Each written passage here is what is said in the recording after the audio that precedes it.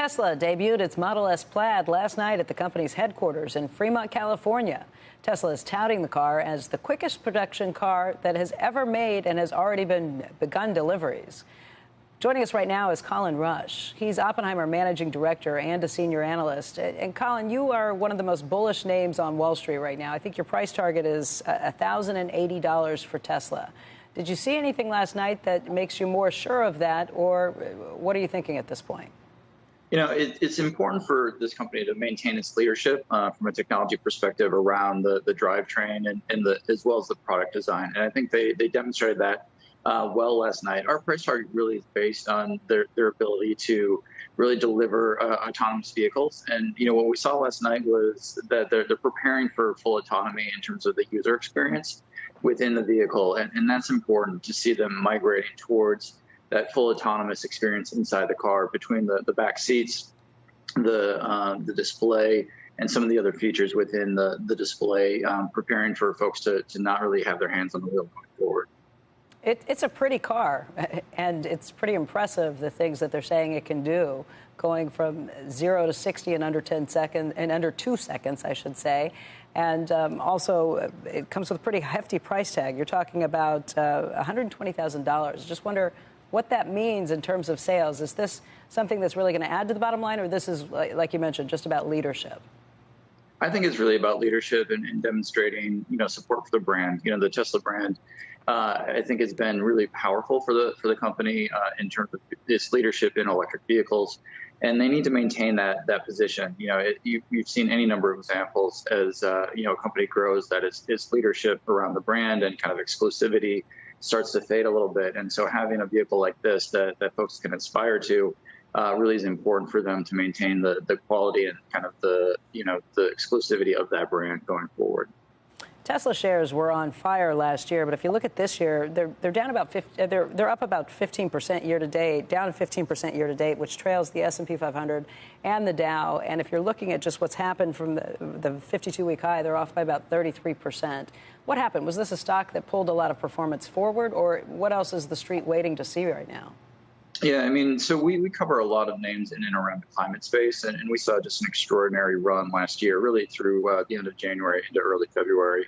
It retraced as the 10-year started to increase the yield. You know, we went from 0.8, 0.9% yield to 1.5, 1.6%, and so you saw some of these growth names really retrace, which I don't think is unusual.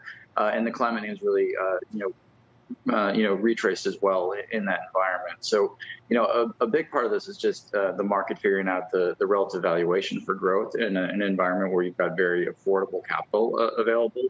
I think we've hit a digestion period here for investors where they've digested what's going on with the climate technologies as well as the COVID environment and how we're going to move going forward. I think as we get into the better part of the summer and into the latter part of the year, and we start to see some of these companies really see the supply chain balance out and see who are the real leaders in this area, you start to see growth and stock appreciation again within the group. For Tesla, again, I think this is really about autonomy. At this valuation, you really have to imagine that this company is dominating both the production side of things, but also really leading the user experience, which at the heart of it is going to be the autonomous vehicle technology that they're bringing forward.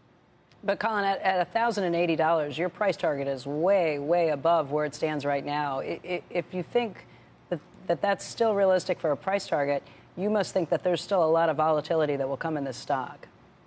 Absolutely, this group has been up and down and all around, and I've been doing this for over 13 years now, and there's never been a straight line for anything within this sector. And so we do expect a fair amount of volatility, and there's a lot of leapfrogging that's going to happen in terms of the technology development.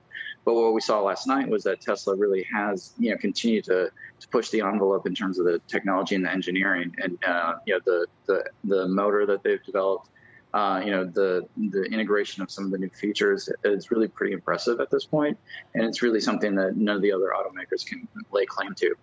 So we think this still continues to move forward, and that the Tesla engineering, while they burn out some folks, are really making tremendous progress that a lot of folks are following at this point, and these guys really are leading the field by a substantial margin at this point.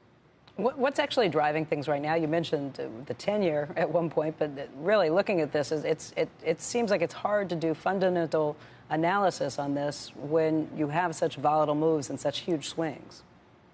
Yeah, I mean, so I was talking about the larger group around climate change and the affordability of capital driving the 10-year, and that was impacting growth plans as well. At this point, I really think it's going to be incremental progress on fulfilling the vision. So deliveries are going to be an important step for everybody to make sure that they're on track. I think it's becoming less important, what the actual number is, as long as they're just making progress. And the second thing is really, in our view, the introduction of urban driving functionality within the ADAS system. As they roll that out and allow drivers to make more left-hand turns with their hands off the wheels, that becomes very important to fulfilling the vision of full autonomy out on the road with these vehicles. Shepard Smith here. Thanks for watching CNBC on YouTube.